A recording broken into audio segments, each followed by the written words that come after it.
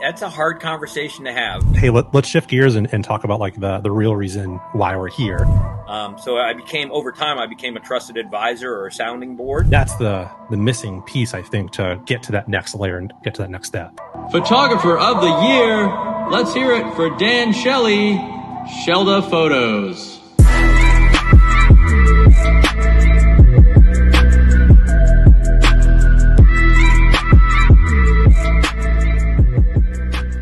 Hello, welcome back to another episode of the Shellda Podcast, where today I've got a legend on that I think some people have been around the sport for a while will know who you are, but then I think there's going to be a camp of people out here who probably don't know you. So Dave Painter, welcome to the show. How are you? Good. How are you, sir? I'm doing well. It's busy. You know, we're getting ready for NXL Lone Star here in a few weeks. So really excited for like the layout to drop, and just you can tell like the energy as we're getting over that long break in the season. Like I think players are itching to get back. It's a long break here in the U.S. It's not necessarily a long break for us. Yeah. Right? So we just wrapped up the Latin American Championships this past weekend.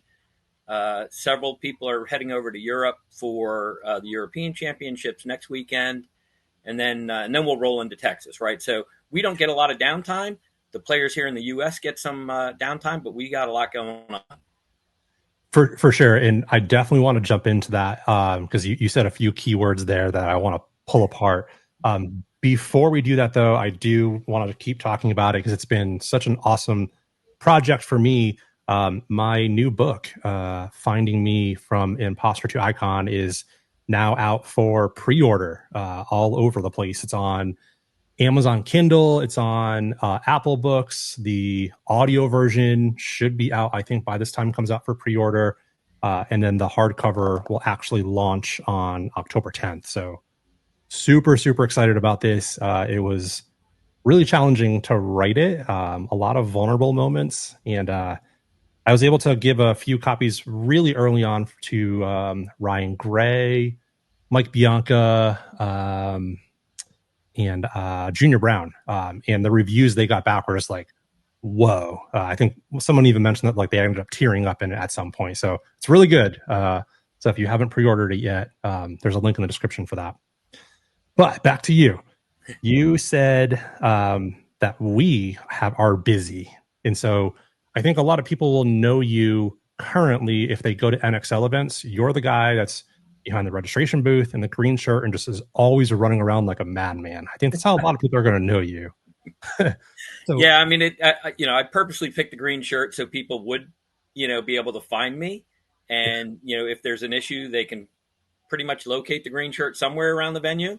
I do move around a lot, but mostly in the merch and registration booth. Yeah, so you are an employee of obviously Major League Paintball. What is your role? Like, what do you do there? So I'm not necessarily I'm a contractor versus a full-time employee, right? There's a pretty limited number of what we consider to be full-time employees. Yeah. But I'm Tom's, I'll call it a fixer, right? I come in and try to help certain areas of the business drive a little bit more profitability. So I'm focused on primarily the merchandising, the bars, and the VIP area. So what I like to call the three most profitable components of an event. And then basically anything inside the nets, I have zero responsibility for. Some would say that's the stressful part is on the inside of it. Obviously, you probably say the difference, but the stressful part's on the inside, the profitable part's on the outside. Yeah, very, very true. Does that come from a history of merchandise or sales for you? Not at all. No. So I'm born and raised, come out of college with a software engineering degree. I ran a software company for about 4 or 5 years out of college, sold that off. And then I went to work for a major company, EMC Storage. So EMC, and then they got bought out by Dell Technologies. And I worked for them for almost 20 years. Wow. Okay. So, I mean, running a business and being around that space, you've obviously got some business acumen on what profitability and margins look like. So that's probably my role at Dell Technologies. So I was the manager for our Apex pricing. So that's our consumption-based pricing. I ran the Americas team, so North America and South America. We probably did about $1 billion a year in business. Holy smokes. Well, maybe we can use some of that for the NXL and get some of those numbers up. We could all use it. It would be nice. Yeah. Talk to me how you got involved with Major League Paintball on that contractor level. Like what drew you to want to work more behind the scenes? Yeah. So I think like most people, yourself, most of your audience here, I'm a paintball addict just like everybody else, right? I ran a paintball field for 19 years while I worked at Dell. I also had a paintball field on the side. I love paintball. I've played paintball since early 2000, I believe. And I still play today. And I wanted to be involved. I wanted to help Tom over the last 6-7 years. I've become very close friends with Tom, and I want to make him successful. And I want to do what I can to help him. And then inevitably that also means do what I can to help the league, and then do what I can help to do, grow paintball. I mean, we hear that so often as people just, there's something about the sport. And I hope one day, like somebody does a study on it to figure out what that one thing is that just makes people come back, right? Because people will get involved in so many different hobbies throughout their life, whether it's fishing, disc golf, video games, guitar, like you name it. And they go through phases, but it seems like for people that get immersed in the paintball community at some point, they always come back to it. That's very true. It's the adrenaline rush. It's the high you get when you play. It's the excitement of, right before the horn goes off. It's all those things brings people back.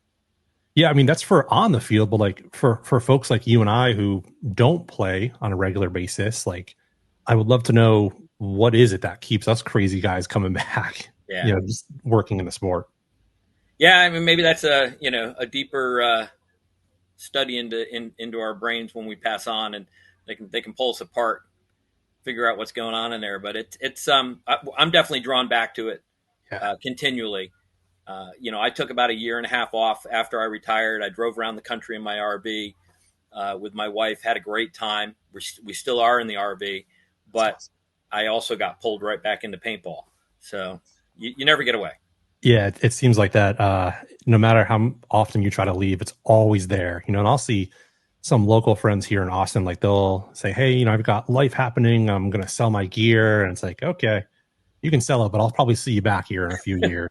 You never really leave. You're going to need new gear in a few years anyway, so it's okay. Yeah, exactly.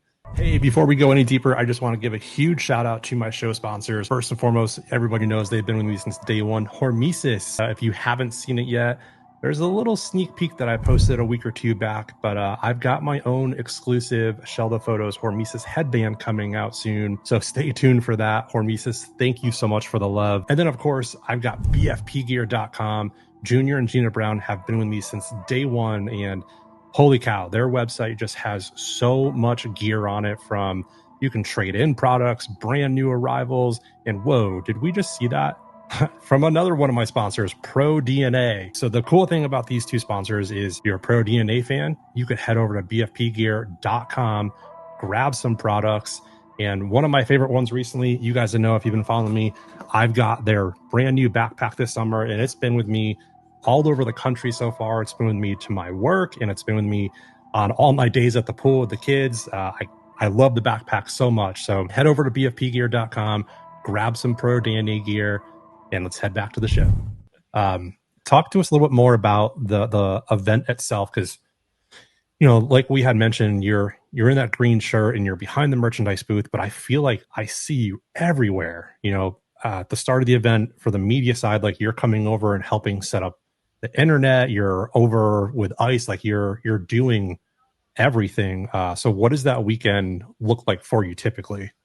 Yeah, so I'll start with my general goal, right? My goal is to make everybody else's job easier, right? Yeah. So, with yourself, Alex, whoever's in the media tent, right? If you have to go find ice and water, that means you're not doing the media stuff, right? So I want to make your job easier. I want you to focus on the things that you're doing. Same goes for, getting your internet up and running, or making sure the bars are stocked, right? If the people who are serving the beer have to go get the beer, then we're not providing that exact customer service. I want the experts focused on what the experts are doing. My day starts, or my weekend starts, typically I'll get in the Sunday before the event starts. We'll start setting up the merch booth, do all the layout for the grid wall and all that, get internet up and running for PBLI. So we have one Starlink that runs for that. And then we have a separate Starlink that runs for the pro media folks. I work with our construction crew to get the VIP area built up, get our 50 bar built up. Trying to think of what else. There's a bunch of stuff, right? I got to coordinate with the liquor distributors, right, and get them on site. We typically have a refrigerated truck on site to store the product, right, because nobody wants a warm beer. That's That's a lot of hats for one person, and it's a really long day too. There's some long days, and I don't mind. I mean, again, right? It is truly part of what drives me to live, right? To participate. I really do enjoy being at the events. I enjoy working hard and getting those things done. I like the accomplishment of seeing things get done. So there's self-fulfilling rewards in there. Yeah, and I think maybe it was at some point last year, the year before, you had come into the media tent and someone asked you a question, and I was like, "Oh, that guy's got a project manager mind." The reason I say that is I think we lack that a lot in our sport. Is someone will have an idea and then they go execute on it, and they don't think through all the little logistics that it needs to either get that product in customers' hands, or in this case, get beer from here to there. And you do such a good job of taking the problem in front of you and figuring out all the different steps in there to make it as easy as possible for everybody involved. And I think we need that more in paintball, as like a project manager mind or a consultant mind. Yeah, we have. I mean, right now, and I think for the long time, a lot of people involved in paintball and at this level have grown up in paintball. Yeah. Right. The thing that I believe fundamentally that I bring to the table that's somewhat different than other people is that I have a real world background behind me, right? 20 plus years working for a major company, right? Dell Technologies is not a little mom and pop company, right? 4 or 5 years running my own company. Therefore, I had to wear a lot of different hats, right? So I have all that experience that I can bring forward and now offer that to the paintball community. Yeah, I would love to see more of that in some capacity, whether it's, I don't know, if we bring in a consultant or hire a contractor. And I know, right, it's all cost to do that, but to have somebody to help out with a league that has that type of mindset more than what you're doing, because you're already juggling 100 different hats, it just adds so much value to the sport, right? And I had talked with, I think, Alex Fragi at some point during this year of, holy cow, man, like you're wearing so many different hats, where if you were in the real world, you would be a project manager, you'd be a sales manager, you'd be a web developer, like you're doing shipping, logistics, you're doing everything that a lot of these companies pay multiple teams to do, let alone one person. Correct. And I do it at a discount. A very big discount. Yeah. So, that's the flip side of that, though, is being in paintball, it does teach you so many skills that are transferable to the real world or to the career world too. Correct. Yep. Yeah. It's a lot of the same problems we're solving here need to be solved in real, I say real world, right? But in other areas, where you might work. The non-paintball world. Yeah. It sounds like you've been in the industry for a hot minute. I think a lot of folks, when they start to come up, whether they're in high school or college or even maybe a little younger, they just have dreams and aspirations of, I want to work in paintball. I want to make paintball my career, whether it's being a professional athlete or just somehow being involved in it. What would you say to that person who wants to make paintball their living for the rest of their life? That's a hard conversation to have, because at the end of the day, if you look at, and first of all, the paintball industry is fairly large, right? There's not, I typically focus on the tournament side of things, but there are plenty of other opportunities out there. But within the tournament side of things, you're talking about a very limited number of people who are really truly making a full-time living out of it and don't have either some other side hustle or some other real job that the paintball is their side hustle, right? Yeah. So, and those people also aren't necessarily going anywhere, right? So there's no, when that person leaves, I can fill that spot. Well, that person's only 42, so they're not going anywhere for a while. And so there's some challenges there. I think, if you want to get involved with the NXL particularly, you can do what one of your coworkers did, right? J-Mac. So 2 years ago, he decided he wanted to be a photographer on the pro field. And so he volunteered his time for, I think, the whole season, taking photos, sharing his photos with the team, right? And then lo and behold, the next year we hired him on. I wasn't involved yet, but the NXL hired him on as a photographer for the pro field, right? You have to prove yourself. You have to make yourself valuable to where people want, they want your input, they want your support, your work ethic, whatever that might be.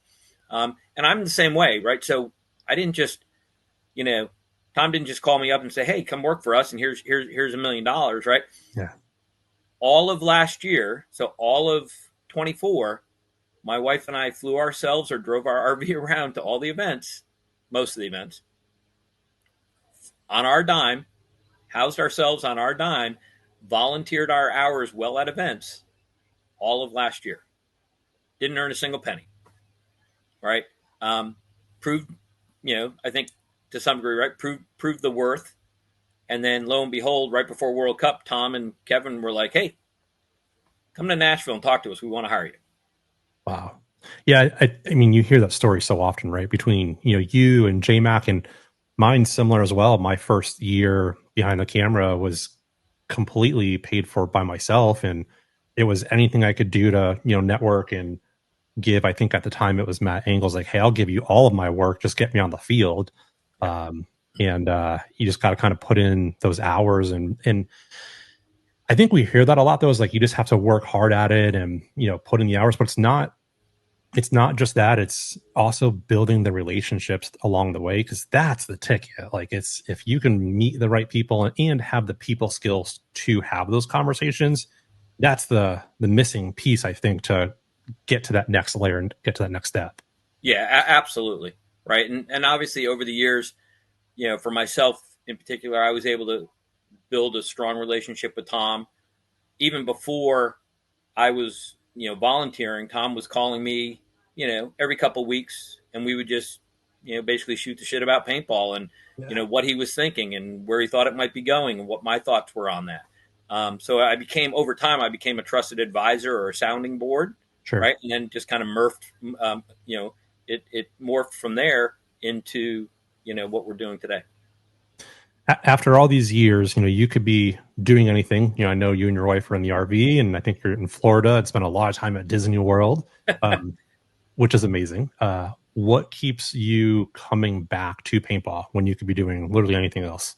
Yeah, I mean, we kind of already covered this off, right? I'm a paintball addict, right? Just like any true addiction, right? I have to come back. And when I come back even stronger or even more involved than what I might have been before, right? So again, it's the drive to help. It's the sport itself is very addictive. Yeah. Again, I still play. I don't play nearly as much as I used to play, sure. But I also have a very large section of my friend group are at those events, whether they're working at the events or playing at the events. So especially the players, I want to see them succeed, right? And I want to see them have a product that they want to go and participate in and succeed. Yeah. And it just continues to fuel the fire. It's the addiction that just keeps getting, I guess, better and better, right? Not worse Correct. and worse, as some would say when you talk about addiction. Well, just don't ask my wife. Yeah, I won't ask mine either. Hey, let's shift gears and talk about like the real reason why we're here. You recently put some news on your Facebook, and I had a feeling about it because I think you had done like a week or two leading up of like a countdown, and like I was like, oh, I know something's coming with what you're gonna say. And then as you got closer and started to drop like the day and the time, I was like, this has got to be it. And I was getting so excited about it. So tell us about that, like the lead up to it and what you did announce. Yeah. So, the whole idea was born at a wedding. We were at Nick Roberts' wedding roughly a month ago. And when I say we, most of the core group of 187, we've all remained very close friends. We vacation together. Some of us are vacationing together. We typically are having a couple picnics a year together. We communicate online all the time. And so we're all at the wedding, and, little music, a good time, some beer, bunch of paintball players. What do you think we talked about? Obviously, they're all like, hey, we got to get back together. We got to do this again. This was so much fun, right? And we did create, while we were together playing, we created some tremendous memories, right? And things that, we'll never forget. And so they all want to maybe spark that again and relive that. And so I kind of wrote it off that night. We were all, well down the road. And, sorry. And, okay. So I kind of wrote it off. A couple days later, though, in our chat group, they're still all fired up about it. They're still all talking about it. And we're like, oh, maybe this has legs, right? And so we all agreed that we would go down the road of coming back and playing paintball. And so we're going to bring 187 back, if at least for World Cup, and we'll see where it goes from there. So that's huge. So when you say you're bringing 187 back, is it going to be under the old brand name of Upton 187 Crew? It'll be Upton 187 Crew. Wow. It'll be, I'll say, a lion's share of the core group of guys, right? So it's I'm going to mess it up. I'll probably forget somebody, right? So it's obviously my son, Eddie, Max Traylor, Josh Pike, Dan Zaleski, Brian Feinberg played the very first pro year with us. Mike Carlin played the very first year with us. Jeremy Donovan, Nick Roberts, who was at the wedding. Greg Lazat played all the years with us. Yeah. Noel Tran, myself, and I'm definitely missing one person. Gosh, these are legendary names. I don't think I've been spoken in the paintball world in a hot minute. Wow. Did I hear Nick Slowiak might be on the? So not. When you ask me about who's sponsoring us, Nick won't be on the team. Got it. Okay. Got it. So there's some other. So I tagged anybody. So in all my posts on Facebook about the comeback and we've released a gun now and some other things, yeah. I tagged any person who was ever on our pro roster, right? So Nick Laval, first year out, he was on our pro roster. Nick Slowiak, maybe our last year or second to last year, he was on our roster. Yeah. Thomas Mantoni was on our roster for a little while. Another gentleman, Brian Jankel, Will Huntoon was with us. I think that's it. Man, again, if I missed somebody, I apologize right up front. Sure. But there's it's pretty cool doing this thing on YouTube and other places. I can see my analytics of like where the traffic comes from. And I've got a decent amount of viewers and listeners that come from the Northeast. And like a lot of the names that you just rattled off are just complete legends in the Northeast part of paintball. And yeah. I left off Matt Derula. Matt, yeah, I mean, maybe you saved the best for last because that's a huge name too, right? Yep. It's funny that I think a lot of people have these conversations later in their life or like, oh, we should, get the gang back together. And it just kind of fades off. Or like, as you get closer, like people like, oh, you know what, I can't do it. Or maybe I shouldn't have committed. It seems like this isn't happening. Like this is the exact opposite where like, there's just so much now hype around it where like these players are bought in. And it sounds like some of these players haven't played in a few years too. And so it's a good comeback for them. Yep. First practice is September 21st. Wow. So we're waiting for some gear to come in. Some people don't have gear. And people have not played in a hot minute. There's no doubt about it. Wow. I've continued to play 10-man. My son's played a couple 10-mans. Noel Tran plays with Farside. He plays 10-mans. He coaches PMOB, or at least in the past had coached PMOB at the semi-pro level. Josh Pike, Dan Zaleski. I don't know if I mentioned him either. I think you did, yeah. Did I? Okay. So Josh Pike and Dan played probably the most recently. So they were like 3 years ago. Yeah. Wow. Eddie played 3 or 4 years ago as well with Revo, and then so yeah, most of them have not played all that often. Yeah, I mean it's going to be an incredible first weekend. I'd highly recommend bringing a bunch of like icy hot and ice packs and shooting pads with these guys. Yeah, I mean everybody's obviously. I mean we're in theory, in reality, right? We're 10 years older than we were or even 15 years older when we started out on our pro journey. And most of them now are married. Most of them now have kids. Yeah. Right. So it's just a different lifestyle. Back when we first started 187, we literally practiced every weekend. Right. So they were all kids that grew up or were living, let's just call it within an hour of our field, Fox 4 Paintball. Yeah. And I made it financially feasible for them to come and practice every weekend. So literally Saturday or Sunday, every weekend, they were there playing, and sometimes both days. Right. And then obviously as we got close to events, the practices got more intense. Sure. Right now, that's probably not going to be the way we roll because they all got families. They all have, real jobs. They all got life going on, right? It's a little different now, but we are definitely going to, give it a good effort and see what happens. What division are you going to be playing? And this is at Cup, right? This is at Cup. Yeah. What division you playing? So still up in the air. It really comes down to, the final roster of what we have. So we're either playing D2 or semi-pro. Wow. I mean, either way, there's going to be a lot of healthy competition there because both divisions are very, very healthy right now with teams. It's going to be so cool seeing a lot of the old guys back.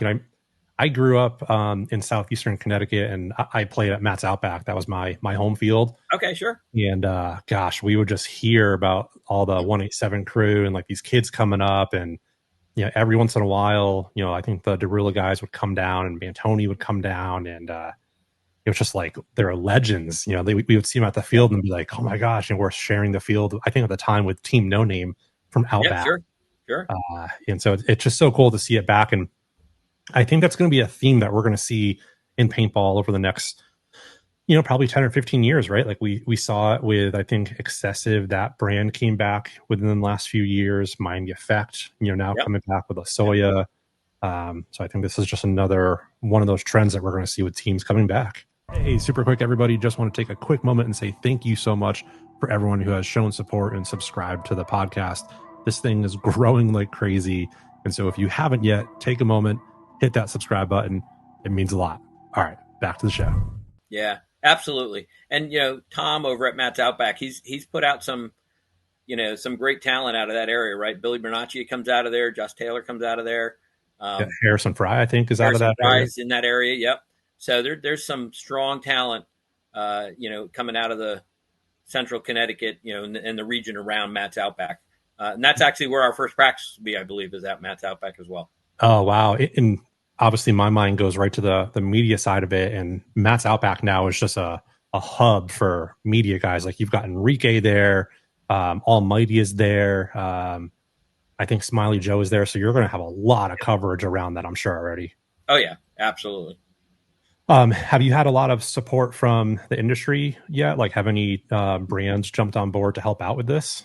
Yeah. So, luckily I've had really strong relationships with GI in the past, going back all the way to the PMI days back in like 2002. And so when this first came about, I reached out to John Rathburn right away, said, hey, can you help me out? Here's what we're trying to do.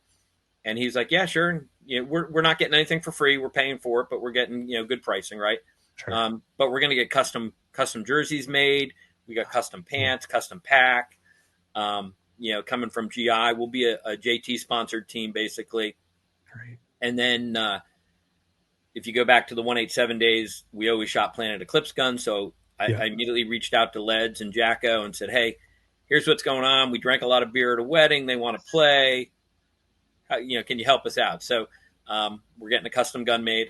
And wow. I'll throw out the quick plug. We have a couple left to sell. reach out to me on Facebook or whatnot. We'll figure it out. But, so we got custom snow camo guns made. Our jerseys will be snow camo. Cool. And that was it wasn't the original jersey, but it was one of the early jerseys that we had. Yeah. Oh gosh, it's going to be such a special moment. And it seems like I think you guys were doing some t-shirts and whatnot too to drum up some hype and help with the funds. Yeah, absolutely. So we have what is it? Safety green, and they're called superfan shirts. So it's got the 187 logo on the chest, and then on the back it's superfan, accessory to murder. Oh, and then we'll have beanies, and we're working on pins and bottle openers. Wow, it's gonna be cool. Like I'm a big person where I like to think ahead and like think of a special moment and just try to feel like what that moment's going to be. I did it with World Cup when I did the Dynasty Children's book of just like thinking about standing in that booth and talking about it. Have you thought about that yet? Like actually walking into World Cup and potentially seeing these safety green shirts everywhere, or seeing Upton 187 on the field for the first time? I haven't really got that far down the path yet, but it's coming, right? And obviously I've lived through that in the past where we've shown up at events and the stands have been filled because we did the same safety green superfan shirts back in the day. Yeah. And we're kind of reliving that part of it, and hopefully the stands have a bunch of them, and hopefully we're playing on the pro field Sunday afternoon so we can see them all. We've had a ton of people reach out and offer to help in the pits, help we've had a couple photographers offer take either video or still photographer of us. Yeah. Everybody's reaching out and wants to help. Gosh, I mean, that's just the power of the community that we're in, right? Is when something like this happens, it's a special event, regardless of how the team does. Just having that group of guys back together, it's going to be such a special moment. So it's really cool to see that the whole industry is kind of rallying behind you and helping you put these guys back on the field. Yeah, and hopefully it works out. I mean, we're just like every other team that goes to an NXL event. We expect to win, right? Sure. Regardless of what happens in our practice field leading up to the event. But come event day, when you put your feet on that ground and your gun's touching the box, you expect to win those points. You expect to win the match. You expect to win the event. And that's our goal. Is the old Dave Painter from the Dirter days going to come back out? I just watched that video. I was like, wow, he got pretty vocal back then. Yeah, I was a little spicy. You might be referring to the Dan video where he stepped out of bounds. Yeah, he was 3 feet out of bounds. Yep. And you went off on him for like flying. Yeah, I literally watched it like a half hour ago. Okay. I have that clip saved somewhere. But you never know what you get with me, right? I'm a pretty it doesn't always come across, but I'm a pretty passionate person. I get pretty fired up. I'm pretty invested in what we're doing and the outcome of what we're doing, right? And sure. I don't want people on the team, that is, to take that lightly, right? We're all trying to be better for each other. We're all trying to win for each other. Yeah. So you may get spicy, Dave. You never know. I hope so. It'd be fun to see. I think a lot of the folks. It makes good video. Totally. And I think, some of the folks who work for the league who may not know that side of you will probably look like, oh, I didn't realize Dave had that in him. Yeah, it'll be interesting to see how that happens. I'm also, this time around, though, I'm also on the roster, so I may be playing. Oh, okay. Well, if you put that out there, like you've got to go out there for at least 1 point. Oh, I'll be out there. I'll definitely be playing a couple points. I mean, there's no doubt about it. That's incredible. I've stayed, fairly active playing 10-man. The last year has been a little slower because of my involvement with the NXL. Sure. But in general, playing a lot of 10-man. I just played a 10-man, 3 weeks ago at P&L Paintball in Massachusetts with some of the OG Hurricanes. We took first place. I played a bunch of points. I beat the 18-year-olds into the snake. I believe it. So, we'll play. I mean, we'll see what happens. Have you thought? God. Yeah, I mean, at the end of the day, right? I mean, we're currently rocking a roster of 12. Sure. Come even Saturday, right? We'll be riding the horses. It'll be interesting to see because I think this happens quite a bit where like when players come back and they just get that bug and they want to start playing. So it'll be interesting to see what happens after this event. To see if there's any interest, like, hey, let's keep this going. Let's try to put together a better roster for next year and keep the brand back. Either way, Yes. it's so good to see. So I would say, and I'll just pick up on one word you said there, right? Pick up, let's get a better roster for next year. It's this roster, right? We're together for a reason, and this roster works and is productive, or it doesn't work and it's not productive, but we're still going to be together and we're going to have a great time doing it. I think we'll be together and be productive. I think so too. I think a lot of people attribute this to, riding a bike, right? Or like when you're playing at that high of a level, like most of these guys have, that you're a lot of that rust will get knocked off that practice weekend, but then it's just going to click and you get right back to where you were. So I really think that you guys are going to do really well going into this thing, even having it being your first event in forever. We have the same mentality, but you don't know. Yeah. When I was preparing for this interview, and this is something I don't think I sent you ahead of time, but I started to think back of there's a lot of teams that have come and gone through paintball, and there's been a tie-in between the father and son relationship, right? Like we see it with Impact, right? With Zach and all the folks, and we see it with Notorious, with Mark Franz and with Marky Franz, and we've seen so many stories of that. And obviously with you and your son, talk to me about that bond and that relationship, because I think that's so unique from a lot of other sports. Yeah, it is. So I would be lying if I said Eddie was an easy kid to bring up, right? So a lot of challenges in general, right? But at the end of the day, paintball brought us together. Yeah. It gave us a similar focus to drive on and allowed us to excel and be good at something, right? So it just worked out. Timing was right. I was running the field. He had a 10-year-old birthday, right? His 10th birthday. Had a birthday party at the field. Was playing his first event. I played with him as I think we were like the Fox 4 kids. Played World Cup. I remember there was like 140 people in our 5-man division. We went 5-0 the first day, 0-3 the next day. Didn't make the cut, but it allowed us to do something together as almost as equals, right? Yeah. And it's grown that way over the years. Obviously, he's a much better player than I am now, but even just recently being like 3 years ago, we were playing a Tiki's event together. It's him and I. We're the last two alive. And, he yells across the field, "Hey, Dad, he's in front of you." The crowd goes, "Oh," right? Yeah. Those are special moments, right? That you can't forget. Yeah. That's, it's like I always take so much pride when I'm out there and like I see the Edwards brothers from Damage. Like it's just gotta be so cool to have your family member be right there with you on the field, and let alone in your shoes. It's like you said, to hear like, "Hey, Dad," that's got to be such a moment for you of reflection. Obviously the game happens so fast, you're probably not doing it right there, but when you think back to like, wow, I just like held down, a 2-on-1 or 2-on-3, whatever is with my son, it's got to be so cool. Yep. Yeah, no, it's been an amazing run, right? And I'll go back to why we're bringing the band back together. It's for those memories, right? It's for those moments in time, that we're going to create. There's moments in time that we created on the X-ball field. There's moments in time we've created on the rec ball field, scenario play, 10-man, doesn't matter, right? If we can make one lasting memory at World Cup out of the 3 or 4 days that we play, total success. Oh, God, I mean, you're going to have a lot of memories, that's for sure. And a lot of aches and pains. yeah, totally. Talk to me a little bit about paintball as a whole, because I look at you as, and you even said it too, right? Like where Tom almost looks at you as a trusted advisor. And so you're kind of in that inside circle per se.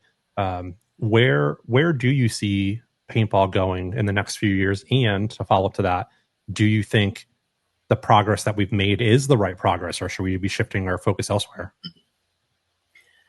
Yeah, always a hard question, right? So as a field owner, we had several things that we had to do, right? We had birthday parties, we had rec ball play, we had tournament play, we had scenario play. you pretty much have to have your finger in every pie in order to make it as a field. Most of the fields that focus only on one thing are going to struggle, right? Because at the end of the day, the tournament side of the business is only, and I don't know the numbers, but it's a small percentage of the overall pool of revenue driven by paintball. Extremely small. Ball, birthday parties, those are big drivers, right? So as an industry in general, we need to be focused on, how do we support the local fields? How do we get more birthday parties out there, right? My experience with birthday parties, again, from Fox 4 is that out of 10 kids, you'll get 2 that'll play semi-regularly going forward. One of those will drop out, and one of them will play for the rest of their life. You'll get another kid who halfway through the day is going to come up with any excuse not to play the next game because it hurt too much. Yeah. And the rest in the middle, they might play once a year when there's another birthday party, right? But we need to get more of those number one kids, right, that are going to play more often. And then they'll naturally select themselves. They'll either start playing more in the woods, they'll play more in the tournament, right? That's just an internal drive of how you see success or how you are driven as a person, and you'll naturally filter yourself one way or the other. So the industry in the whole has to support the local fields, local growth. At the tournament side of things, right? So if you look at strictly the NXL, they've been in business for 10 and a half, 11 years, right? We started in, I think, 2015, halfway through the year, I think it was. Since that time to now, the amount of teams, total teams playing a national event for the year has grown 60%. The industry as a whole, I'm pretty sure nobody can say they've grown 60%. That's obviously an insane statistic. But I think when we hear that, there's always but it seems like we're still suffering, like we're still scrounging for money and like just barely making it by. Yeah, there's no doubt, right? So I think a couple of things, right? So back when I first started, right, in 2002, 2003, when I went to the local pro shop to buy a case of Pro Ball, 2,500 rounds at the time, 2 bags at $12.50. Yeah, it was like $120. Okay. Now, granted, the guns obviously shot a lot slower. Sure. And that case might have lasted me, two trips to the field or something. I don't know, right? But there's a certain, obviously there was more profit in that one case, right, than there is today, because now if I go to the pro shop to buy paint, I can probably find a $35 case of paint, and I can probably find a $50 case of paint, but I'm definitely never going to see a $120 case of paint, right? And so, the economy, right, and the inflation have gone up, and the price of paint has come down. So obviously the margin's getting thinner. The cost of producing the paint has definitely gone up, right? Labor costs, raw material costs, equipment costs, all that have gone up. So obviously they're skinnying themselves down to some degree, the paint manufacturers, and most of the paint manufacturers are also our product manufacturers, right? So if you look at, a Valken, a GI, an HK, not only are they making paint, but they're making, our soft goods and, potentially, guns and loaders and whatnot. You got to get your profit somewhere. And if you skinny yourself out, you're going to struggle. And that's, I think, where we've gotten to. They're living on bare bone margins. Yeah, it seems like I hear that a lot from, a lot of these companies that I think a lot of people in the sport look to as like these massive brands, but realistically, they're, like you said, their margins are insanely small. Yep. Everything runs on a pretty thin margin. I mean, the NXL is no different, right? We're a traveling circus. We have to cart our stuff to every event. We have to set it up, break it down, cart it to the next event. Rent equipment, rent porta potties, all that stuff, right? It's a traveling circus, and just Google, run your AI, program on how profitable traveling circus is, right? They're not that profitable. They're profitable, but not, It's enough to keep the circus going, essentially. Yep. Yeah. Put yourself, just hypothetically put yourself in Tom's shoes, right? Or if you're the president of a league, or have some advisory seat on a paintball committee somewhere, how would you try to push the sport forward to continue to ensure that we are growing as a whole? Yeah. So again, as a whole is always a hard conversation, right? Because it involves all the players, different parts, and whatnot, right? If we focus on tournament play, we have to make the introduction to tournament play easier. Yeah. Right. We need to make the barrier to go to national events easier. Right. So envision what we've done in Cincinnati, envision what we're going to be doing in Texas, right? We're running a pro 3-man event on Thursday. Don't be surprised if you see more of that in the future. I'm not saying the whole league's going to go 3-man, that I don't know, but you're definitely going to see more of it. And then if you take the fact that we now have some pro 3-man tournaments, it becomes more acceptable, right, to run a 3-man event at your local park because there's an end goal. Well, if I start here at my local park and I play 3-man in a rookie division, eventually I become a novice, eventually I become intermediate, eventually I become a pro, right? And it's easier to get 2 buddies together than it is to get 5 buddies together. For sure. Right. And so I think that's going to help generate more, just generically more tournament players, not necessarily for the NXL, right, but for all the leagues out there, right? What you've seen over the last, I'd say, 4 or 5 years is a lot of the regional leagues have gotten bigger, right? Your WCPPLs, your MSXLs, MVPSs, right? Those leagues have gotten to be a pretty good size. And then you have a whole plethora of like mid-range local leagues that are, attracting a decent number of teams as well, right? And what you're seeing is it's thinning out a little bit, but there's a bigger pool. Yeah. Right. So if I take 10 gallons of water and I put it in a 100-gallon container, it doesn't look like a lot, right? But if I put it in a 10-gallon container, it's full. So I think you're seeing a little bit of that with tournament paintball. But if we make it so it's easier to introduce yourself or introduce new players to tournament paintball, that's on our side from the NXL's perspective, Major League Paintball's perspective.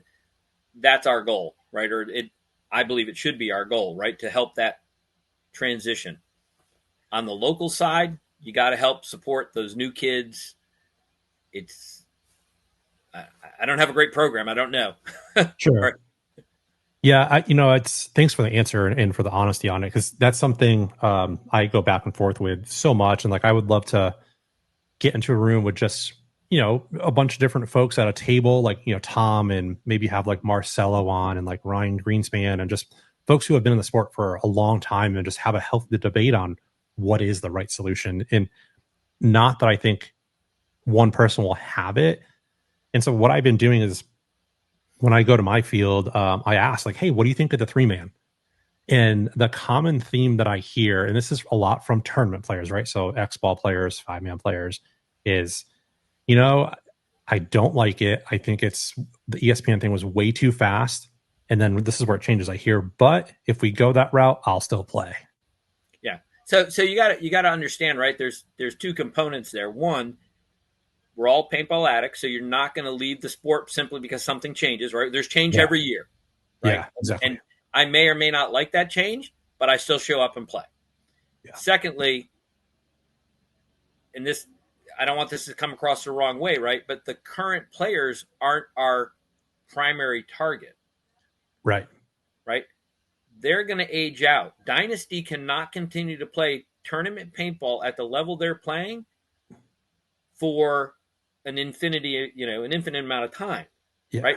They're all 40 now, right? Or the core group is 40 plus. Yeah.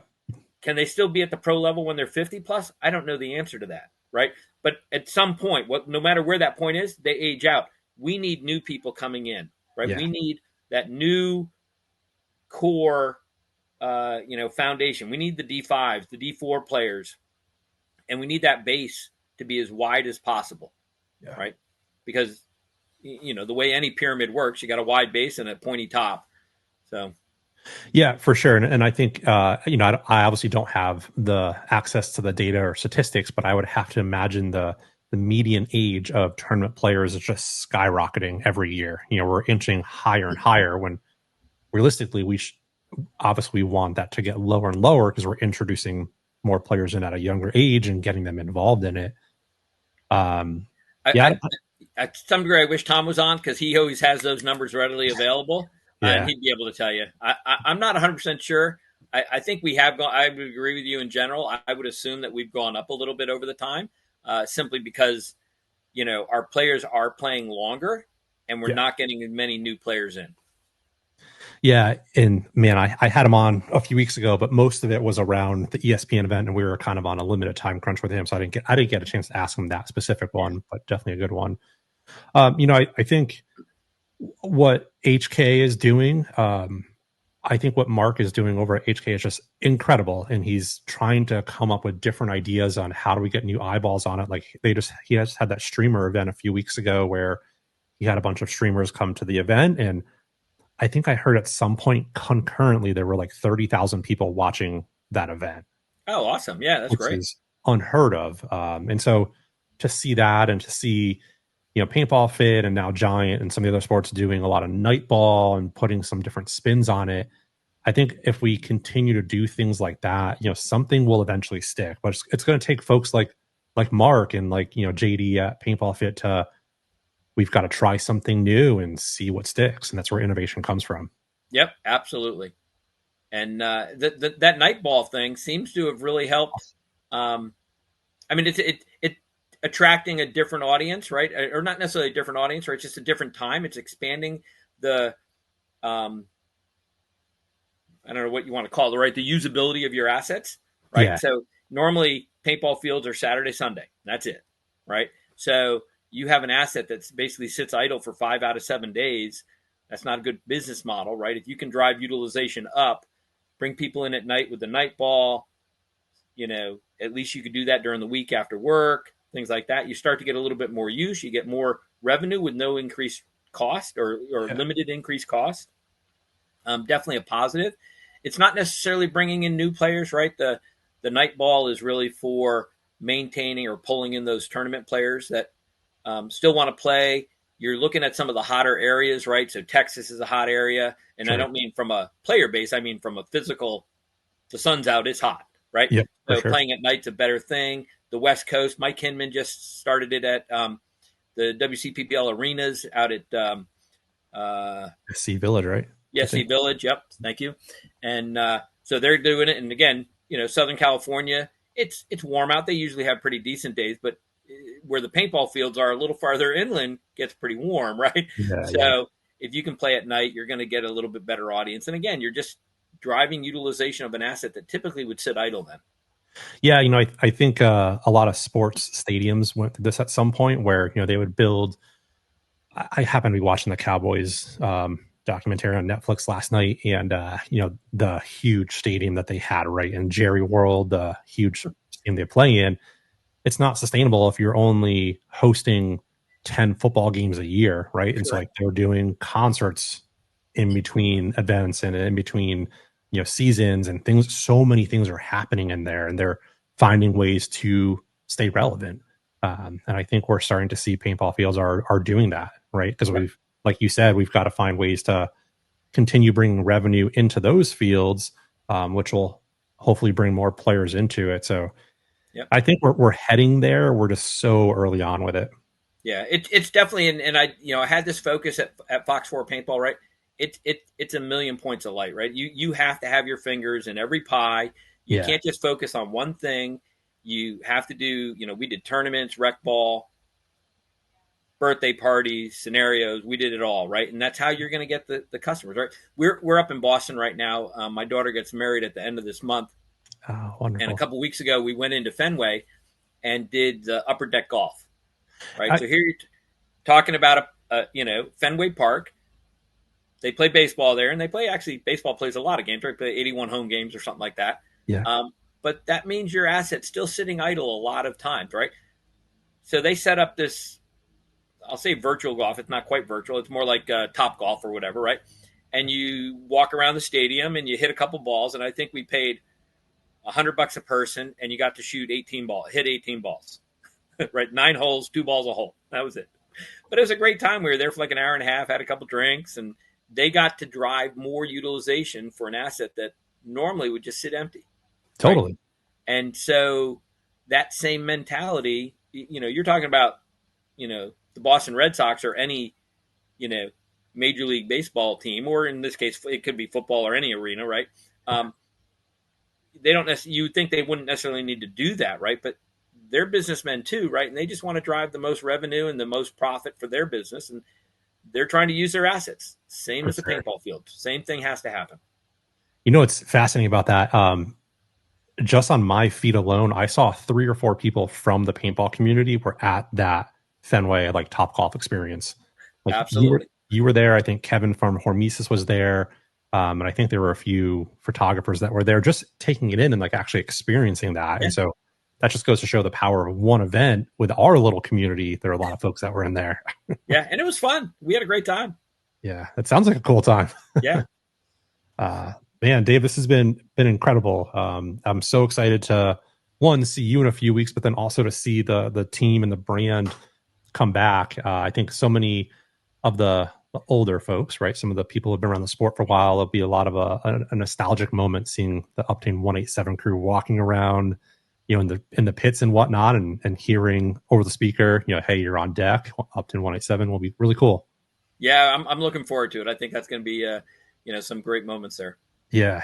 Well, I've got a really cool way that I've ended all of my shows. I ask a question to the guest to leave the question for the next guest. And so it's been a really cool way to tie in every single guest that I've had so far. And so this is the one question you don't know that was coming your way. But I had Archie Montemayor on last week, and Archie is just an incredible mind. Sure. And his question for you, and you can take this however you want to take it, is what challenges are you facing right now? Ooh, what challenges am I facing right now?